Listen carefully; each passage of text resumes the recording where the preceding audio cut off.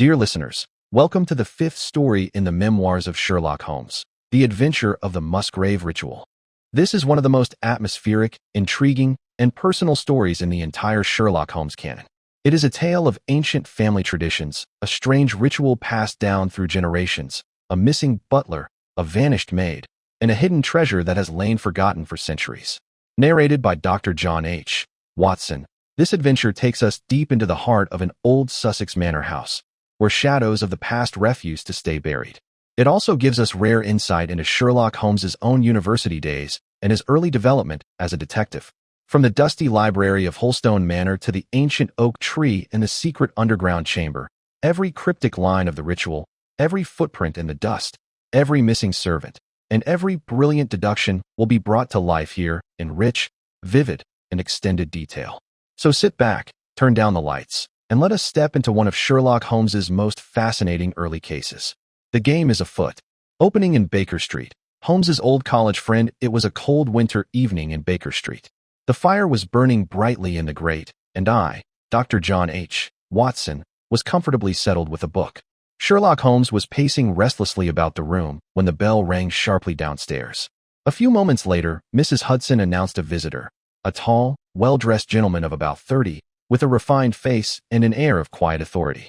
He introduced himself as Reginald Musgrave. Holmes greeted him with unusual warmth. "Musgrave, it has been many years since our days at Oxford. What brings you to see me after all this time?" Reginald Musgrave sat down with a troubled expression. He explained that he was now the master of Holstone Manor in Sussex, one of the oldest and finest houses in the county. His family had lived there for centuries. Recently, two of his servants had mysteriously disappeared. First the butler, Richard Brunton, and then the maid, Rachel Howells. Even more strange was the reason behind Brunton's dismissal. Musgrave had caught the butler secretly reading an ancient family document known as the Musgrave Ritual, a strange set of questions and answers that had been handed down from father to son for hundreds of years. When confronted, Brunton begged for a week's notice instead of immediate dismissal. A few days later, he vanished. Shortly afterwards, the maid Rachel also disappeared. The local police were baffled. Reginald Musgrave had come to Holmes because he believed there was a dark secret hidden in his family's ancient ritual. The Musgrave Ritual. Holmes's eyes lit up with excitement. He asked Musgrave to recite the ritual exactly as it had been passed down. Musgrave recited the strange catechism from memory. Whose was it?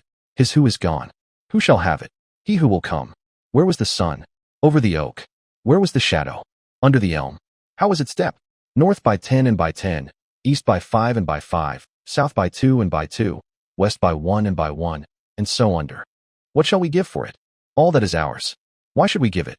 For the sake of the trust. Holmes was fascinated. He declared that this ancient ritual was actually a set of directions to a hidden treasure or secret location on the Holstone estate. He immediately agreed to accompany Musgrave to Sussex the next day.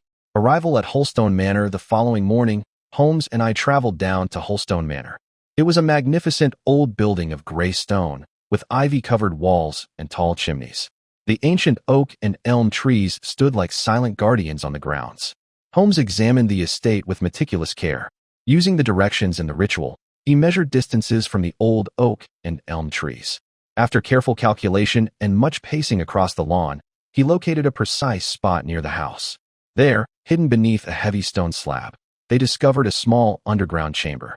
Inside the chamber lay the skeleton of the missing butler, Richard Brunton.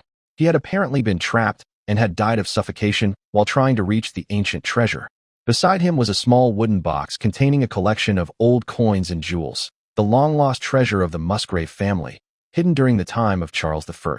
The full story and Holmes's deduction. Holmes pieced together the complete tragedy. The butler, Brunton, had deciphered the ritual and was secretly searching for the treasure. The maid Rachel, who loved him, had helped him open the chamber. When Brunton descended into the chamber, Rachel, in a fit of jealousy or fear, had closed the heavy stone slab above him, trapping him inside. Overcome with guilt, she had then fled the house and was never seen again. Holmes explained every step of his reasoning. The measurements in the ritual, the position of the trees, the fresh scratches on the stone slab, and the logical sequence of events that led to the butler's death. Closing narration. And so, dear listeners, ended the remarkable case of the adventure of the Musgrave Ritual. An ancient family mystery was finally solved, a long-lost treasure was recovered, and Sherlock Holmes once again demonstrated that even the strangest family traditions can hide very practical secrets. This case also gave us a rare glimpse into Holmes's early life at university and how his unique mind first began to develop. Thank you for listening to this detailed audiobook narration of The Adventure of the Musgrave Ritual, the fifth story from the Memoirs of Sherlock Holmes. If you enjoyed it, please like, subscribe, share, and turn on notifications. The game is always afoot, and we shall return with more thrilling adventures of Sherlock Holmes very soon.